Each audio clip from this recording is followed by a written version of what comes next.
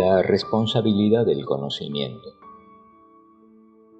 En los tiempos primitivos, cuando empezábamos nuestras vidas como seres humanos, teníamos poquísima experiencia y por consiguiente nuestra responsabilidad era mínima también.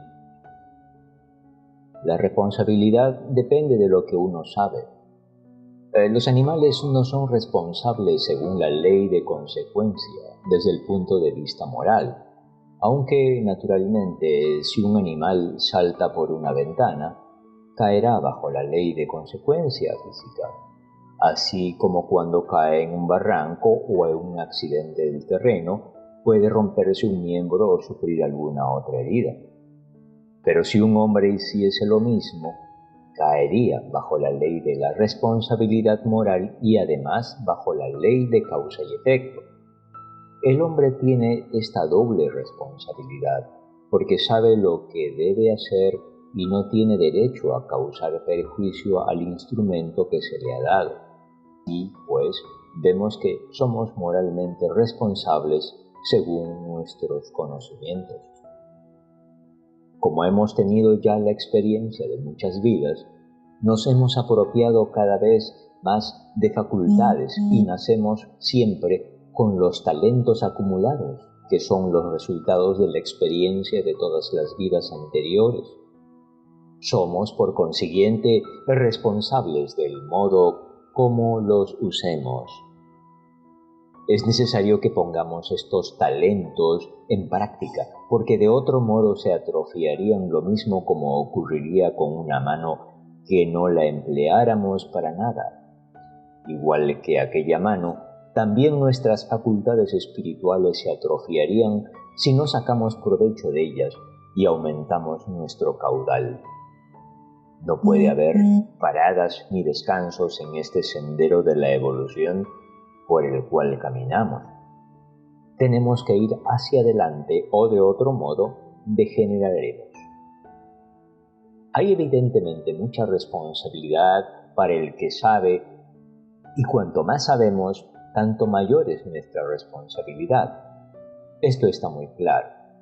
Pero mirándolo desde el punto de vista aún más profundo de la ciencia oculta, hay una responsabilidad para el que sabe, que la humanidad en general no percibe, y es esta fase especial de responsabilidad de la que deseamos tratar aquí.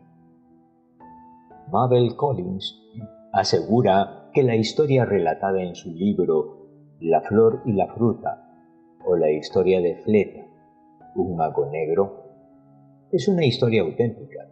Ella dice que el asunto de su historia llegó a sus manos desde un país muy remoto y de una manera muy extraña. Desde el punto de vista de aquel que sabe, hay en ella algunas de las más profundas verdades respecto a la manera de obtener conocimiento y su empleo. Se describe en tal historia cómo Fleta, al principio de sus encarnaciones y todavía en estado salvaje, asesinó a su novio y que, por la crueldad demostrada en este acto, obtuvo cierto poder. Este poder, naturalmente, en consonancia con el delito, era característico de la magia negra. Por esta razón, en la vida de la cual trata esta historia, ella poseía el poder de un mago negro, y para aumentarlo más aún, obligó a su novio a matar a una entidad. De este modo infernal, ella empleaba su conocimiento. Hay en esto una profunda verdad. Todo saber no saturado de vida es vacío, sin finalidad e inútil. La vida que da poder al que sabe puede ser obtenida de distintas maneras y puede ser aprovechada también de varios modos. Una vez obtenida, puede ser encerrada en un talismán y entonces ser usada por otros para buenos o malos fines, según el carácter del que lo usa. Si se encierra dentro de la persona que desarrolla el poder ella misma, entonces será usada según el carácter de esta persona. Según este mismo principio, podemos acumular electricidad en una batería para que pueda ser sacada de la estación eléctrica y empleada para muchos fines por otros ajenos a aquel que la acumuló.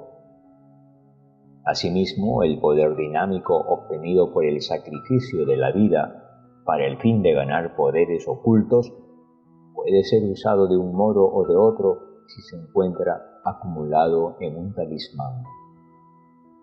Esta particularidad la vemos muy bien ilustrada en la leyenda de Parsifal. Allí, la sangre purificadora del Salvador, ofrecida en noble sacrificio de sí mismo, no tomada de otro, fue recibida en un recipiente, que por esto se convirtió en un talismán y que estaba dotado de un poder espiritual y capacitado para comunicarlo a todos los que le miraban a condición de ser puros, castos e inofensivos. También tenemos el símbolo de la lanza, que había causado la herida de la cual manó la sangre. Ella estaba manchada por la sangre purificadora y se convirtió así en un talismán que podía emplearse de distintos modos. Durante el reinado de Titurel, el misterio del Grial era poderoso, pero cuando el Grial fue entregado a su hijo Amfortas, éste salió armado con la santa lanza para matar a Klingsor. Entonces cesó de ser inofensivo, porque quiso pervertir a este gran poder espiritual usándolo para matar a un enemigo. A pesar de tratarse de un enemigo del bien, no era justo emplear este poder para tal fin, y por esta razón el poder se volvió contra él. Él había cesado de ser casto, puro e inofensivo, y entonces el poder le infirió la herida que nunca podía curarse. Asimismo sucede en otros casos. Leemos de David, el sangriento guerrero, a quien el Señor le prohibió construir el templo. Aunque aquel Señor fuese un Dios de la guerra, había tenido que castigar a varias naciones para hacerlas entrar de nuevo en el recto camino. Él no podía usar el instrumento manchado de la sangre de sus guerras para construir un templo. Esto tuvo que dejarse para el hijo de David, Salomón, el hombre de paz.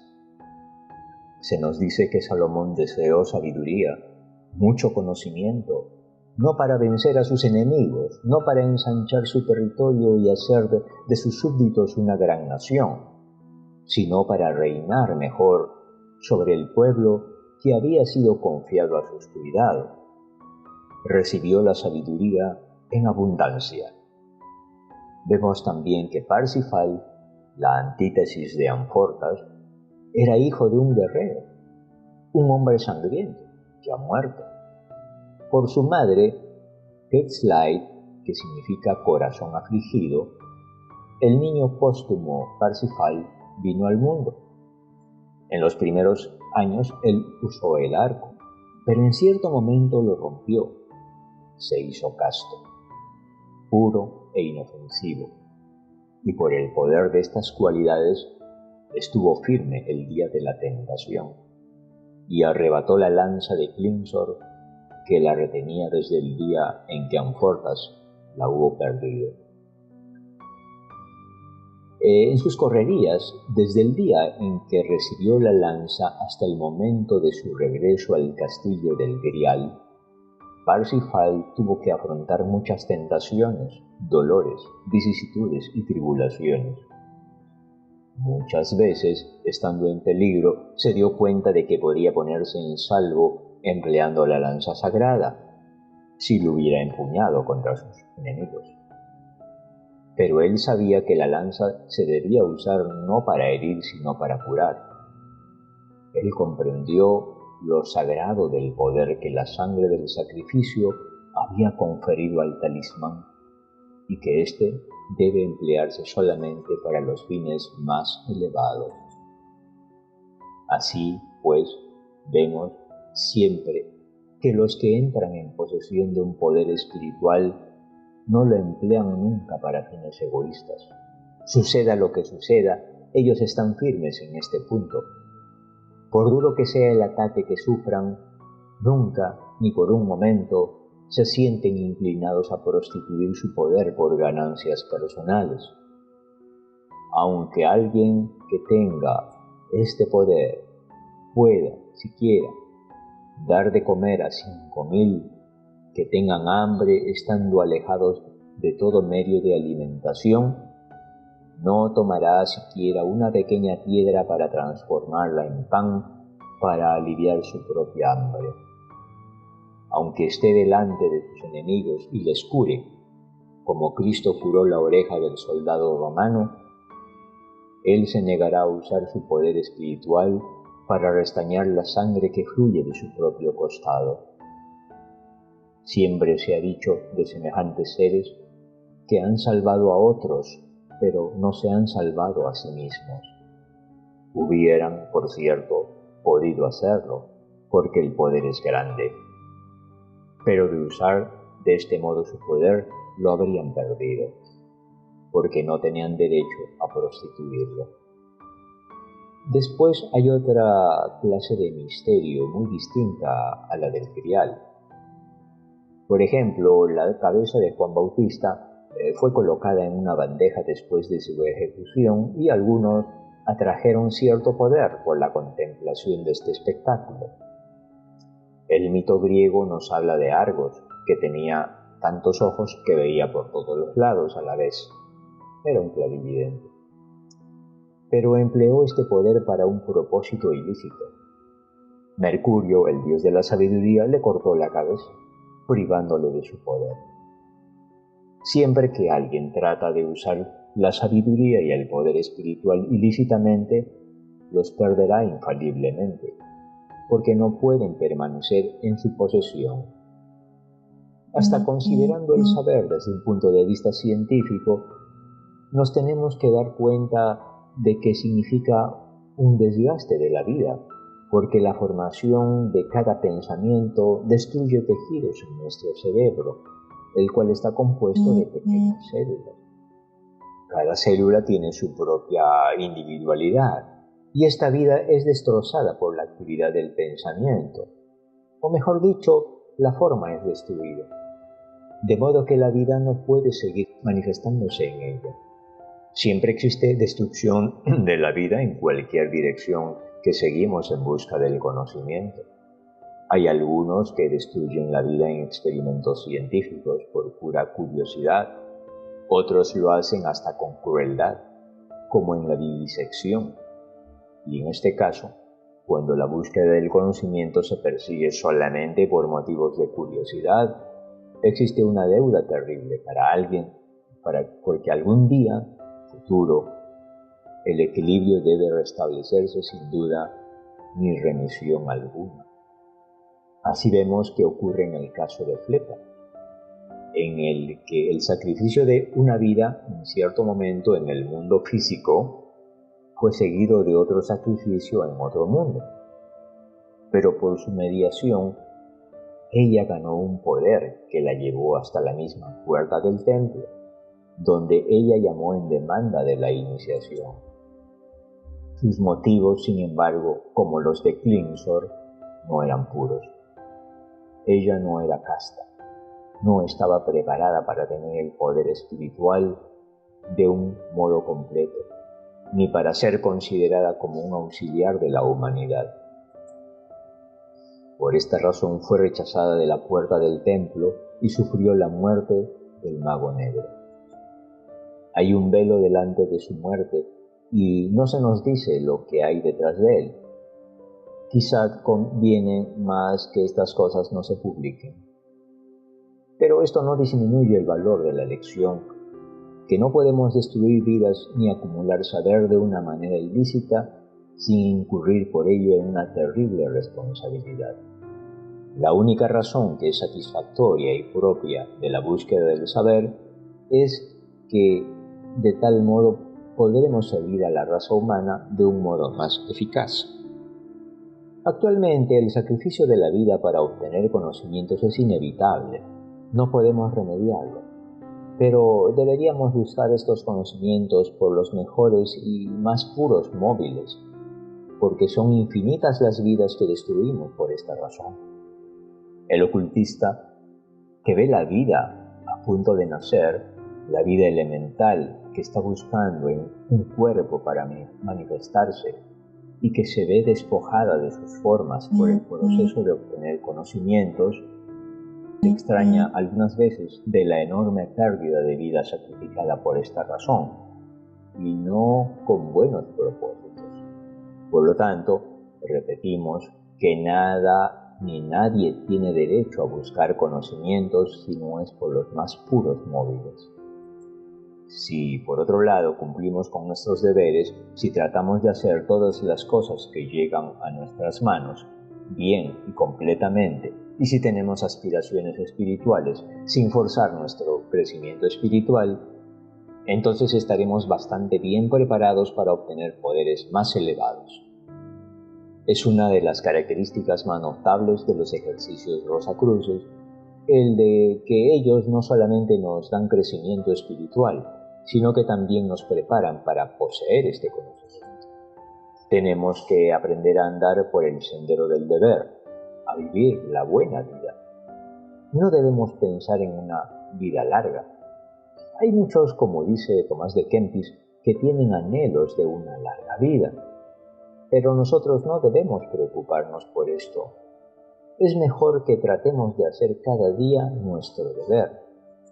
Entonces estaremos seguramente preparados para obtener mayor saber y más elevados poderes. En cualquier esfera que nos movamos, siempre hay un sitio donde podremos sacar provecho de nuestro saber, no en forma de pronunciar sermones, ni tampoco hablando a las gentes por el día de la mañana, a la noche, de las cosas que sabemos, para que ellos se admiren de nuestros conocimientos, sino para vivir entre ellos la vida espiritual y para ser para ellos ejemplos vivientes de nuestras enseñanzas. Todos tenemos esta oportunidad y no es preciso buscarle lejos. Está en derredor nuestro, a nuestro alcance. Tomás de Kempis ha expresado esto de un modo como solo un místico puede hacerlo.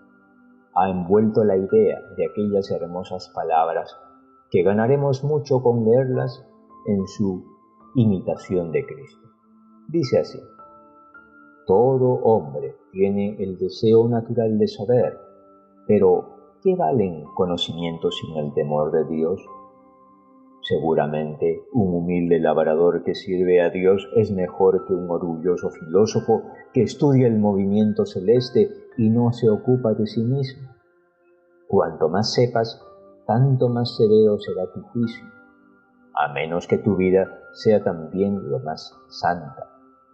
Por esta razón no seas engreído, sino más bien ten temor del saber que has recibido. Si estimas que sabes mucho, acuérdate que hay muchas cosas que ignoras. No sabes cuánto tiempo podrás prosperar haciendo el bien. Por este motivo, conviene recordar que no debemos buscar conocimientos sencillamente para tenerlos, sino solamente como un medio para vivir una vida más pura, porque esto es lo único que lo justifica. Muchas gracias.